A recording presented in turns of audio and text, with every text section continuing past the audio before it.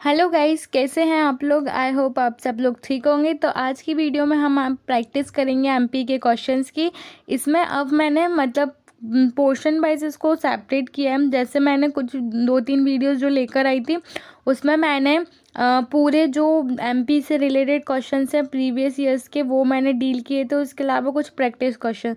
तो उसके बाद अब हम सेपरेट वाइज चीज़ों को डील करेंगे, जिससे क्या होगा कि हमारे सेपरेट टॉपिक्स कंप्लीट हो जाएंगे। जैसे अगर आपने कोई भी आर्ट एंड कल्चर का कोई भी पार्ट मतलब आर्ट एंड कल्चर पढ़ा है एमपी का, सिर्फ एमपी का अगर आपने आर्ट एंड कल्चर पढ़ा है और उसके बाद जैसे आपका अच्छे से मतलब रिवीजन वगैरह हो गया, उसके बाद आप इस वीडियो को देखकर प्रैक्टिस क्वेश्चन कर सकते हैं, जिसमें आपको काफ़ी हेल्प मिलेगी। ठीक है, तो चलिए स्टार्ट करते हैं। उससे पहले अगर मेरी वीडियोस थोड़ी बहुत भी हेल्पफुल लगती है तो प्लीज़ ज़्यादा से ज़्यादा शेयर कीजिए, सब्सक्राइब कीजिए एंड कमेंट सेक्शन में ज़रूर लिखिए कि आपको मेरी वीडियोस कैसी लग रही है। चलिए स्टार्ट करते हैं।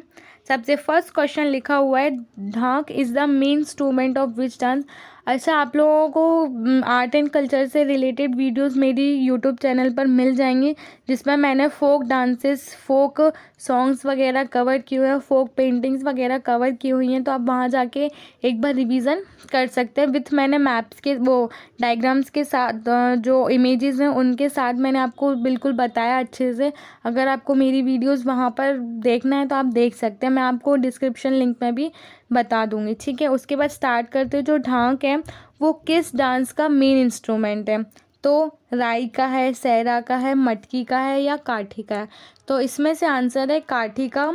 काठी। इसमें मैं आपको थोड़ा सा डिटेल बता देती हूँ, जिसमें आपको क्या है कि 3 मार्कर जो क्वेश्चंस है वो आपके कवर हो जाएंगे इजीली, मेंस के लिए आपको हेल्पफुल रहेगी। ठीक है, तो काठी जो है वो निमाड़ का रीजन है और ये एक फेस्टिव डांस है जो कि गॉडेस पार्वती की जो वर्शिप होती है उससे रिलेटेड है। उसके अलावा इसमें होता क्या है, इसमें लंबी लंबी कहानियाँ रात भर गाई जाती हैं या मतलब बातें करते हैं। ठीक है, विच of the following is incorrectly matched. इसमें से कौन सा है जो इनकरेक्टली मैच लिखा है? देखिए यहाँ पर बहुत सारे क्वेश्चंस क्या होते हैं हमारे कि हम चीज़ों को देखते नहीं हैं, जल्दी जल्दी में हम कुछ भी टिक कर देते। तो यहाँ पर आपको इनकरेक्टली मैच जो लिखा हुआ है वो उसको ध्यान देना है। ठीक है, तो स्वांग बुंदेलखंड, माच मालवा, राई बुंदेलखंड, सुआ निमाड़। तो D is the correct answer. मतलब ये वाला जो आंसर है वो करेक्ट मैच नहीं है। सुआ किसका है?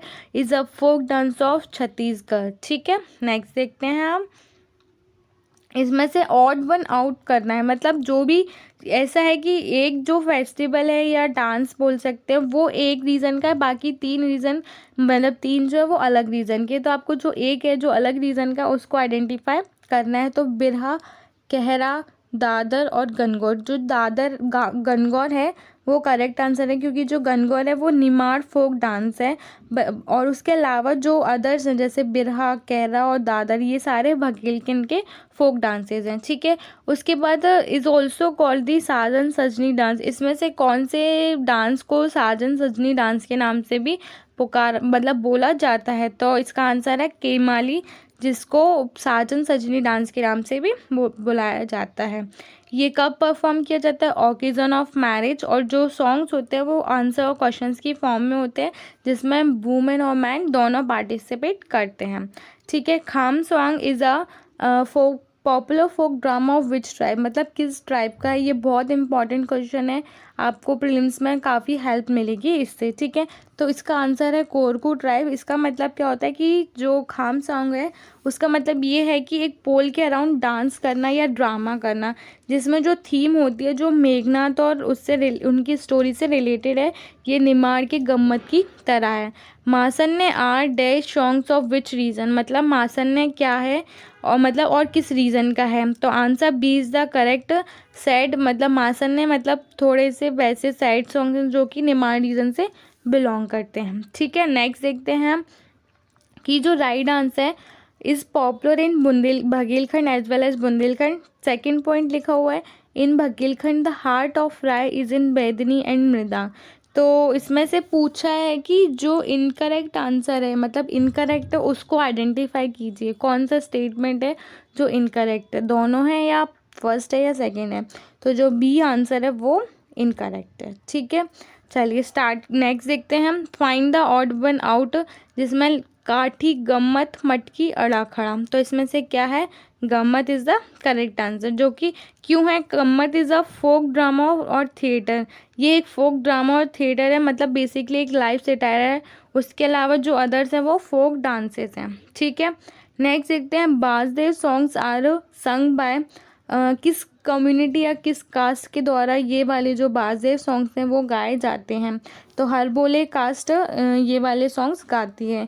ये वाले जो सॉन्ग्स हैं वो किस रीजन से? अब बघेलखंड रीजन से बिलोंग करते हैं, जिसमें वेरियस स्टोरीज और टेल्स वगैरह गाई जाती हैं, और ये एक ट्रेडिशनल सिंगिंग कास्ट है, ठीक है। Dash are essentially song sung by young girls. इसमें से कौन से जो मतलब जो मतलब इसमें जो गाने होते हैं वो बेसिकली गर्ल्स, यंग गर्ल्स के द्वारा गाए जाते हैं? तो वो कौन से सॉन्ग्स है? सांझ सॉन्ग, जो मालवा रीजन का फोक सॉन्ग है। और इसमें जो सॉन्ग, मैंने सांझ इमेजेस के बारे में आपको एक फोक पेंटिंग्स करके मैंने एक वीडियो निकाली थी, जिसमें मैंने आपको सारी पेंटिंग्स बताई थी, जिसमें सांझ गर्ल्स मतलब जो अनमैरिड गर्ल्स होती हैं वो इस चीज़ को परफॉर्म करती हैं, और ये सब मैंने उसमें आपको बताया था, ठीक है। तो आप उसमें वहाँ जाकर एक बार रिवीजन कर सकते हैं। अलाउद्दीन खान समारोह, संगीत समारोह इज़ हेल्ड एट, मतलब ये वाला जो संगीत समारोह होता है वो कहाँ पे होता है? ये होता है हमारा सतना में, ठीक है, मैहर सतना। और ये जो एकेडमी है वो कब इस्टेब्लिश हुई थी? 1979 में।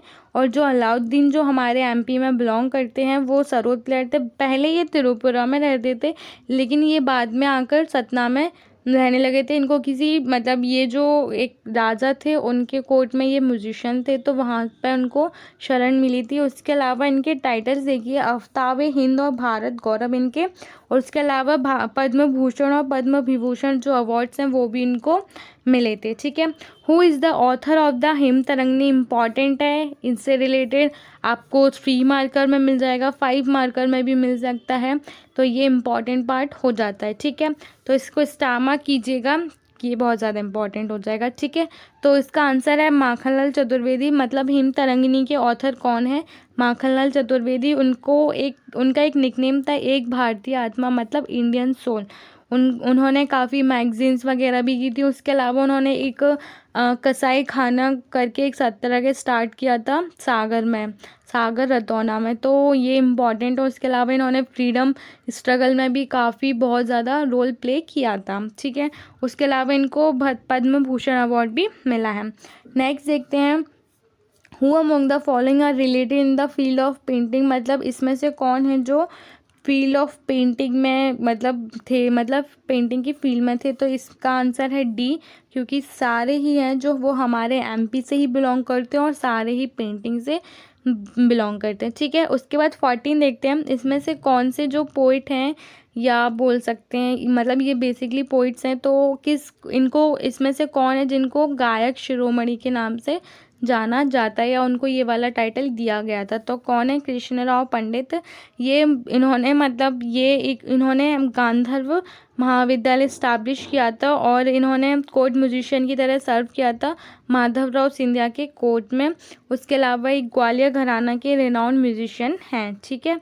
नेक्स्ट देखते हैं, earliest evidence of sati has been found from, मतलब जो सती के हमें एविडेंसेस मिले हैं सबसे पहले कहाँ पर मिले? एरंड में मिले हैं। ये भी इम्पॉर्टेंट है, हिस्ट्री का ही पार्ट है। उसके अलावा ये एक इम्पॉर्टेंट हिस्टोरिकल साइट है और चालकोलिथिक एज है, जो कि 510 AD में फाउंड की गई थी। इसके अलावा गुप्ता पीरियड के भी यहाँ पर रिमेन्स मिलते हैं, ठीक है। Narmada Toli is located on the southern bank of Narmada opposite, मतलब कहाँ पर लोकेट है? नर्मदा के अपोजिट में।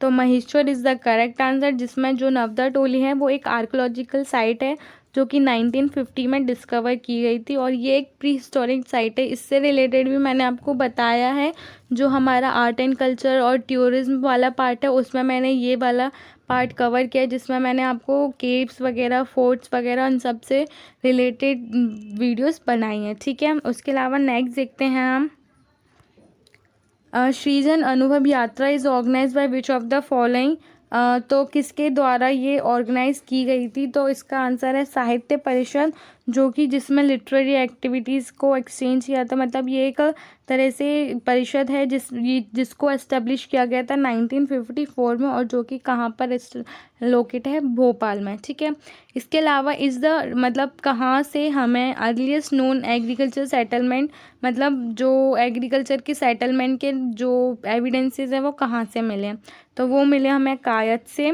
ये हमारा उज्जैन डिस्ट्रिक्ट में है और एक चालकोलिथिक साइट है। उसके अलावा ये copper ware and stone blade industries के जो रिमीन्स हैं वो भी हमें मिले हैं।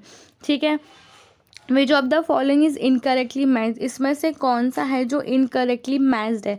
तो यहाँ पर इनकरेक्टली पूछ रहा है, ये नहीं पूछ रहा करेक्टली, यहाँ पर पूछ रहा है इनकरेक्टली मैच्ड। तो इसका आंसर है बी, क्योंकि जो बाही रंग है वो भारत भवन में नहीं है, वो रविंद्र भवन में है। ठीक है, अंतरंग और बाही रंग। ठीक है, उसके अलावा फॉसिल म्यूजियम आपको पता है ढिंडोरी और कला परिषद भोपाल। उसके बाद Heliodorus pillar inscription is found in the city of, जो हेलियोडोरस पिलर इंस्क्रिप्शन है वो कहाँ पर है, वो है हमारा बेसनगर में। और जो हेलियोडोरस जो है वो किस, मतलब जो ग्रीक एम्बेसडर थे वो हमारे, उन्होंने ये वाला जो पिलर है वो किसको डेडिकेट किया था, वासुदेव जी को।